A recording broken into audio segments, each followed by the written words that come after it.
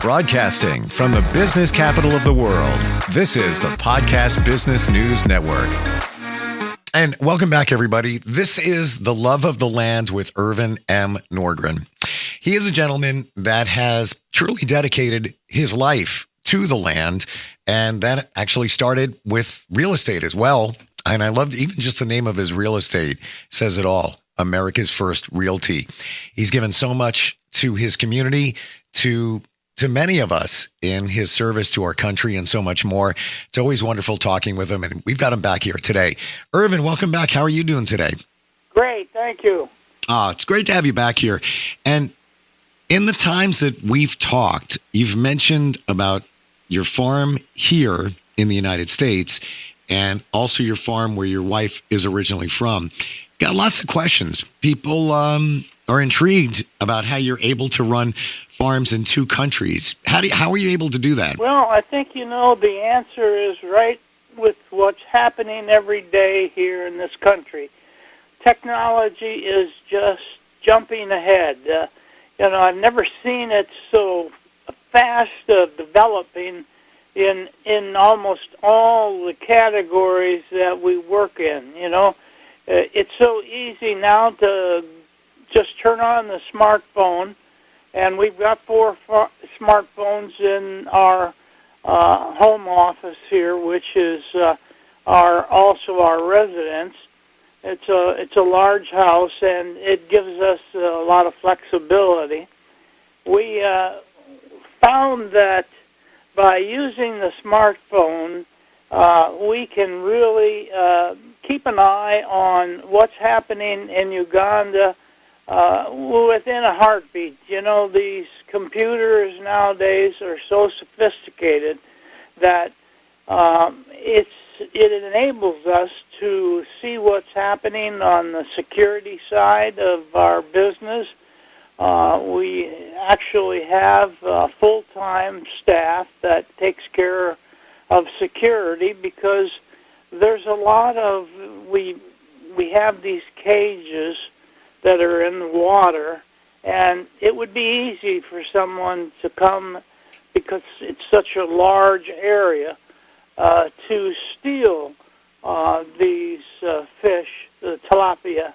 And, as a result, we can see what's happening, not only with our pastor that we hired, but also with the workers themselves, how things are going. And if we see some problems, we can go ahead and take immediate action to correct them or buy the supplies necessary. We're kind of an international operation because we buy our food from Madagascar, and we sell the fish to a number of places in Europe and also in Egypt. We have other areas that we do marketing in from different countries, and it's all because of this technology that has brought us a lot more efficiency than we would have been able to do, say, 10 years ago. Absolutely amazing. And we've never painted the picture about the tilapia farm in Uganda. Now, can you give us a kind of a broad view of that? You said it's a large area, but can you? I'm just trying to get my arms around it. Well, certainly, we first of all have about. It varies as far as the workers are concerned. Right now, we've got about 18 people. And that fluctuates as any business, with people that we add and subtract depending upon the needs of the operation. We, of course, are able to go ahead and keep these people that we hire satisfied. We've built housing for them so they don't have to worry about getting to work because they're right there. we go ahead and make sure that they have plenty of food and clothing. We take care of all of that for them so that their basic needs are satisfied. And in addition to that, we have a pastor who takes care of their needs. You know, people have babies, you know, they go ahead and have all those human functions that we all have. And so it's quite an involved situation before you even get to work. You know, you have to go ahead and take care of your basic needs. And we're able to do that quite well. And, you know, certainly a person's social and psychological needs are met with our pastor. And, you know, that's important to keep people happy. It's not just providing a good workplace, but you have to take care of their mental needs also. So a lot of challenges, but technology has enabled us to react quickly, and that's important. No matter where your business is, you have to show people that you care, and we're able to do that. You really do care, and you've demonstrated that over decades in terms of your service to this country and your wife's as well, and so much more. So you're farming in Uganda, but you're also doing it here in the United States. Can we go back to that? We just briefly skimmed that last time we got together. Absolutely. We have 400 acres that is in Minnesota. Certainly, Minnesota has a different climate. Uganda is almost 80 degrees year-round. However, some people are not familiar with the climate in the Minnesota area, but it's called the land of 10,000 lakes. And literally, there are, you know, more than 10,000 lakes, but we call the other lakes sloughs. They're just smaller places that, you know, you can actually fish in, but it's a varied climate. We, of course, have an absolutely beautiful summer, and you know, it enables us to plant a lot of different types, you know, oats and corn and the grains, and we're also able to go ahead and be close to populated areas, not as populated as it is in the Twin Cities, Minneapolis, St. Paul, but still it's a populated state. And we have another Twin Cities, Moorhead, Minnesota, and Fargo, North Dakota. They're right across the Red River. Interestingly enough, divides those two cities, and it's one of the few in the whole world that actually has a river that goes north. Most of your rivers go south, but this particular one goes north. A lot of different types of things to do. I remember, of course, I grew up in Fergus Falls, Elizabeth area, Otter Tail County. And, you know, some people are not happy when they have to shovel snow, but we you know, as a kid, you just love it. You know, you're able to take a toboggan and go all over the place and just have a great growing up process. And a lot of opportunity that's available in Minnesota. Technology is just as it is in any other part of the country. A lot of opportunities to go ahead and advance. We have a lot of equipment that needs to be taken care of, and two of our tenants, the Christensen family, they're just, I'm pretty good at doing the different functions that need to be done when you're farming, but they just, as a matter of fact, the one gentleman, he's the father, he's 91 years old, but you could never tell that he's 91. I mean, he is always on the go. And his son, he's a mechanic that can fix anything. I mean, this summer we had to, we've got a lawnmower. It's really not a lawnmower because it's about, it cuts a swath about 30 feet wide. It's a big one. And, of course, it minimizes the amount of time that we have to spend in the field because it enables us to, with the big Ford tractor that we have,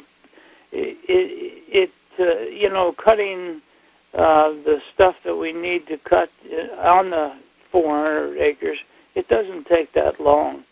But a lot of challenges, not easy work, but there's something satisfying about the land. When you treat the land as you would want to be treated, it gives back to you many times over, and that's so rewarding. Needless to say, it's not an easy business because, it snows. It sometimes they close the interstates because it's such blizzards that develop. But in the summer, it's a paradise because, you go fishing if you feel like it. All these different recreational things are out there to keep people happy, I really understand what you're talking about when it comes to the land. And I used to spend a lot of time in the backyard landscaping and gardening, and it wasn't until I sold that house, and this is in the last 2 years, Ervin, and I want to share this because I understand what you're saying, that I realized that that's what's missing, that connection, hands in the dirt, and just that connection with Earth. And I volunteered to, I do a lot of volunteering. So I helped a family who had some challenges, but they wanted to get their backyard ready for the spring a few months ago. And I'm down there in the dirt in this gentleman's backyard with 10 other men, and we're mulching and getting it all together. And his family had, cancer issues and such. And he looks at me and he says, with almost a tear in his eye, "Thank you for doing what you're doing today." And I looked at him while I'm crawling around in the dirt, and I said, "Sir, thank you for allowing me to be in your backyard and in the dirt, because you don't realize, I don't think we realize what nature does and how it supports us, and how the land is truly everything, from our psychological level to our food to sustainability, everything." And apparently you figured that out a long time ago. Yeah, I grew up literally on the farm, and, at an early age, probably only, I think I was 8 to 10 years old, I forget exactly, but, we had horses, and we used the horses to go ahead and do some of the work, but we were one of the first farmers in our area to buy tractors and augment, the way we accomplished our cropping. So it's very difficult to put into words what the land gives back to you. I mean, when you see how you can take just some seeds from whatever type of crop you're planting and watch that seed grow into a wonderful field of corn that gets harvested, or whatever crop you like, you can't put it into words.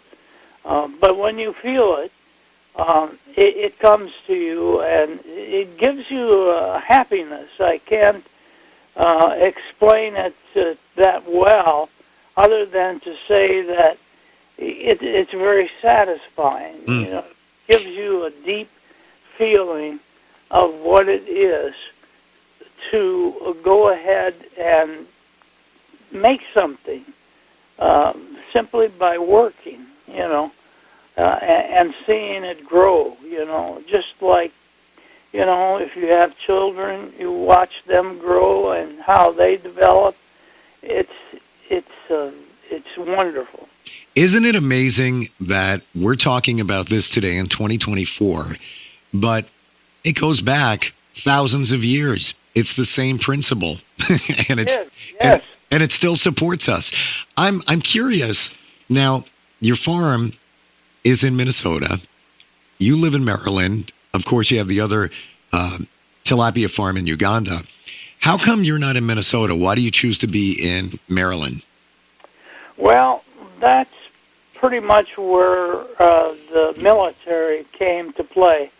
I'm an older gentleman that was around when the military was completely different than what it is now. The Vietnam War was not a popular war, but it was effective in that they needed people, and there was no trying to persuade somebody to go into the service. It was, you will go. I mean, it was a draft. And literally, when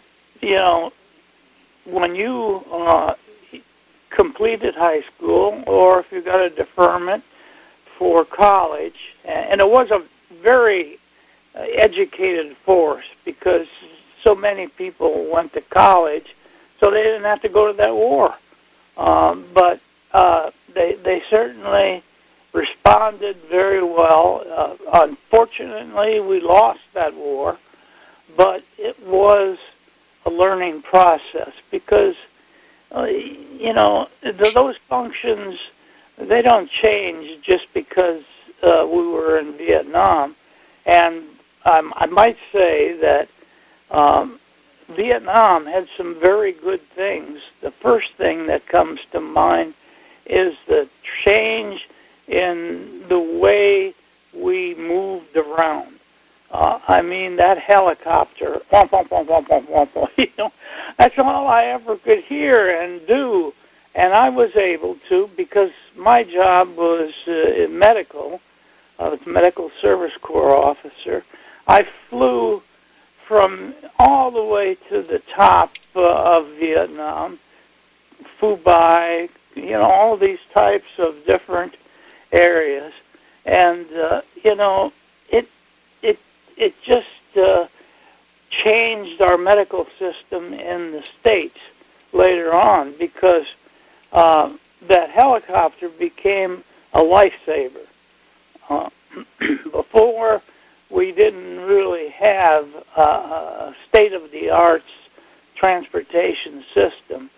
And that helicopter saved many lives here in this country. I want you to be aware of some of the feedback that we've gotten from the talks that we've done so far. Very positive. A lot of people inspired. What do you say to a younger generation that's listening in terms of moving their life forward, harvesting the power of our lands? What's your overall feelings there? Well, it's a very difficult time for young people. I have my youngest daughter is in high school. She's lucky in that. And by the way, Ervin, so is mine. Not even kidding. Wow, how funny. Well, in some of the areas, there are tremendous problems with kids, their fathers passed away or they don't have any father or mother, and they get into trouble so quickly, and before you know it, somebody's killing someone. It's something that you have to work at and try. If you don't have a family, you try to get some of your relatives or someone that you get along with to go ahead and help you through these times that can develop. And by having, sometimes we think, oh, I can't do this. It's up to you. It's no easy thing to grow up in this day and age. But you have to do it. It's not like somebody's going to come out and take care of you and do all this. You have to develop an attitude, a positive mental attitude that will move you through these difficulties and help you to become a good citizen. I just can't say that enough, that it's your responsibility to give yourself a good life, because there's tremendous opportunity.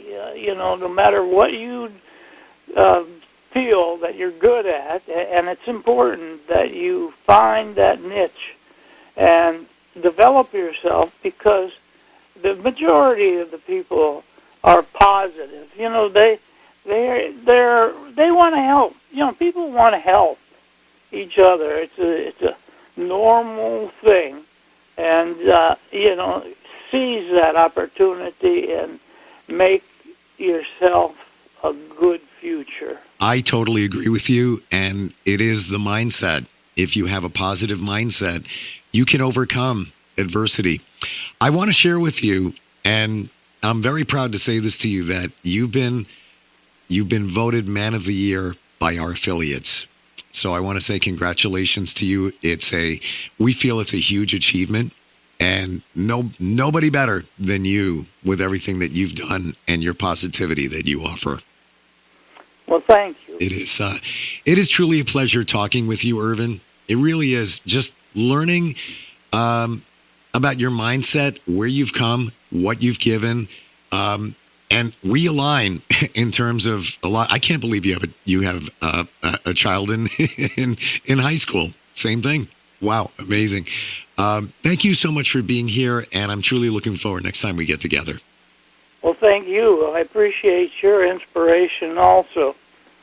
You know what? I feel the energy comes from you. Your energy is just amazing, and just continues. And it doesn't even matter what age you are. We harness the power of that, and I feel that. So thank you again for being here today, and we'll talk soon, okay? Thank you. All the best.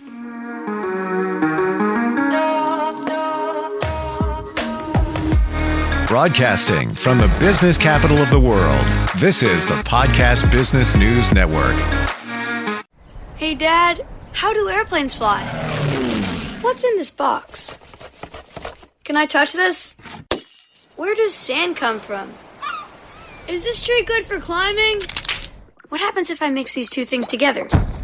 How are babies made? What does this thing do?